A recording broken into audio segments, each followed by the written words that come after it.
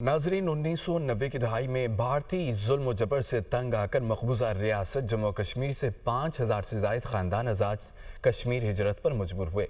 उनमें 59 साल बुजुर्ग मियाँ मोहम्मद यूसुफ भी शामिल हैं, जो अपने मियाँ बीवी बच्चों से दूर और उनसे मिलने के लिए बेकरार हैं। भारत ने 90 की दहाई में मकबूजा रियासत जम्मू कश्मीर के चप्पे चप्पे में कर्फ्यू नाफिज करके कश्मीरियों की जिंदगी अजीरन बना दी। नौजवानों की बिलाजवाज गिरफ्तारियां, चादर और चादीवादी के तक़द्दुस को पामाल करना मामूल बन गया। मकबूजा जम्मू कश्मीर के इलाके कपवाड़ा से ताल्लुक़ रखने वाले मियाँ मोहम्मद यूसुफ का कहना है कि जब मकबूजा जम्मू कश्मीर में आज़ादी मांगना जुर्म समझा जाने लगा तो भारत ने उसी जुर्म की पादाश में उन्हें 5 साल तक हुकूमत खाने में रखा।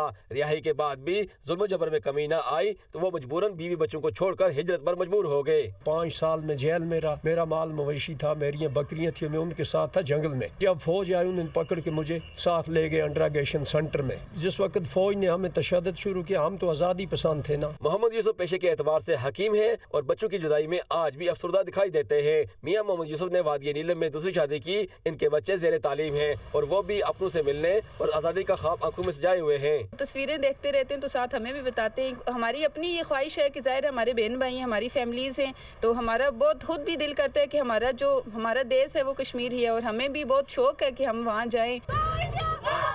मकबूजा जम्मू कश्मीर में भारतीय जुल्म जबर आज भी इंतहा को छू रहा है। मियाँ मोहम्मद यूसुफ हर नमाज में पाकिस्तान की सलामती, कश्मीर की आज़ादी और अपने बच्चों और अज़ीज़ अक़ारिब से जल्द मुलाकात की दुआ करते हैं। मियाँ यूसुफ की तरह लाखों कश्मीरी आज भी पुरुम्मीद हैं कि भारत एक दिन जरूर मकबूजा जम्मू कश्मीर से अपनी अफवाज का इनखला करेगा और कश्मीरियों को आज़ादी मिलेगी। कैमरामैन ज़िशान अवान के साथ मोहम्मद इकबाल, दुनिया न्यूज़।